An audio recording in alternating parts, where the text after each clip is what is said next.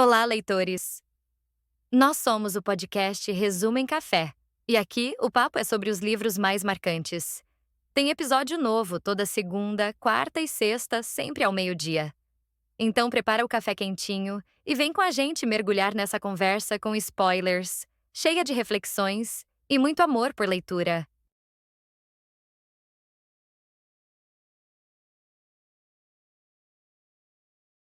Bem-vindos a mais uma análise focada. Hoje vamos mergulhar na complexidade das relações humanas, sabe? Nas pressões sociais, no crescimento pessoal. Isso, e vamos fazer isso a partir de trechos específicos, né? De uma narrativa que acompanha o Connell e a Marianne. Exatamente, desde a escola até o comecinho da universidade. A ideia aqui é tentar desvendar um pouco dessa conexão tão única que eles têm. E também as hierarquias sociais que eles enfrentam, né? As lutas de cada um com identidade, pertencimento. E comunicação, talvez o ponto mais crítico. Acho que podemos começar por aí, por aquela dinâmica secreta deles na escola, que acha? Perfeito, é um ótimo ponto de partida. Porque, assim, publicamente, eles fingem nem se conhecer direito, né? Sim, ele super popular, jogador, e ela, bom, mais isolada, intelectual. Exato. Mas aí, no privado, na casa dela, e tem um detalhe importante, que a mãe dele trabalha lá como faxineira. Verdade, isso adiciona uma camada. Pois é, lá eles criam uma intimidade bem intensa. Conversam sobre notas, livros. Ele até lê os mesmos livros que ela, mas escondido dos amigos. É uma divisão muito forte, né? Entre o público e o privado. E diz muito sobre a pressão social na escola. Com certeza. A popularidade do Connell parece que depende um pouco de manter essa distância pública dela. E isso gera um conflito interno nele, né? Fica claro. Entre manter o status e os sentimentos e os interesses reais dele. Aquela dúvida entre Trinity e Gaui também passa por aí. Exatamente. E essa tensão toda, ela meio que explode no baile de formatura, o Debs. Ali a coisa fica feia. Nossa, sim, os comentários horríveis dos colegas, Eric, Rachel. E a agressão física contra a Marianne. E a reação do Connell. Ele hesita no início, né? Talvez por medo de perder o lugar dele ali. Dá essa impressão. Mas depois ele intervém o que é crucial naquele momento. Sim, ele intervém. Mas fica a pergunta, né? Será que isso muda a dinâmica para ele ou para ela? Naquele ambiente escolar opressor que a Marianne tanto sentia? É um bom ponto. Talvez não mude a estrutura em si, mas reforça para ela o quão tóxico era aquele lugar e para ele a complexidade da relação deles. E aí vem a universidade, Trinity. E lá, olha que interessante, os papéis sociais meio que se invertem. Totalmente. A Marianne encontra o espaço dela, se adapta super bem. Já o Connell, O Connell, mesmo indo bem academicamente, ganhando bolsa e tudo, ele se sente deslocado, um estranho naquele ambiente mais elitizado. ele chega a falar que se sente como duas pessoas diferentes, né? Isso mesmo, é uma alienação forte. E é nesse contexto de insegurança, eu acho, que acontece aquela falha de comunicação gigantesca entre eles. Aquela sobre ele precisar de um lugar para ficar no verão, nossa, aquilo é doloroso de ver. Muito, ele não pede ajuda diretamente.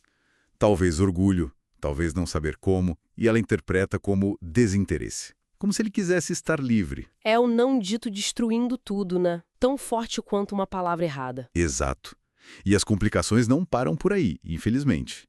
A vida familiar da Marianne, por exemplo. Sim, bem difícil. A agressividade do irmão Alan, a frieza da mãe, Denise, aquele incidente da porta quebrada mostra muito. Sem dúvida. E do lado do Connell, temos as lutas dele com a saúde mental. A depressão, a ansiedade social em Trinity. Que pioram depois do suicídio do amigo Rob, né? A terapia dele mostra essa dificuldade de conexão, a culpa. Pois é.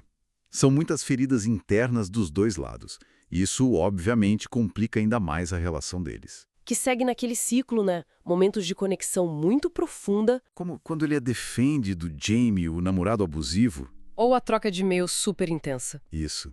Mas misturado com muita dor, muitos desencontros. Tipo, quando ele é assaltado, pede dinheiro pra ela É. e logo depois revela que tá com outra namorada. A Helen é um golpe duro. E as outras relações da Marianne também são complexas, né? Com o Jamie, ou aquele fotógrafo na Suécia, o Lucas. Parece que exploram outras dinâmicas de poder, de submissão, às vezes. Sim, que contrastam com essa ligação com o Connell, que apesar de tudo, parece ter uma base mais igualitária. Mesmo que conturbada, esse vínculo deles persiste. Olhando para tudo isso, então, o que fica é essa intensidade da juventude, o peso da classe social, da pressão dos outros, A dificuldade enorme de se comunicar de verdade. e esse processo contínuo e doído às vezes de tentar se encontrar, né? De descobrir quem você é. Perfeito. Acho que os trechos ilustram muito bem como essas pressões de fora, status, família, e as inseguranças de dentro, medo, vulnerabilidade, moldam tudo. E como uma conexão que parece genuína pode existir junto com tanto mal-entendido, tanto sofrimento. É paradoxal. Exatamente. E talvez fique uma reflexão final, né? Até que ponto a gente é realmente livre para escolher quem a gente é, com quem a gente se conecta? Ou será que o nosso ambiente, as expectativas dos outros, acabam nos moldando muito mais fundo do que a gente gostaria de admitir, mesmo quando a gente tenta resistir? Viu o episódio? Então compartilha com outros leitores apaixonados como você. Segue a gente nas redes. @Resumo e Café no Instagram e TikTok. No YouTube e Spotify, procurar por Resumo e Café. Deixa o like, comenta o que achou e indica um livro pra gente trazer nos próximos episódios. Aqui, a leitura sempre continua.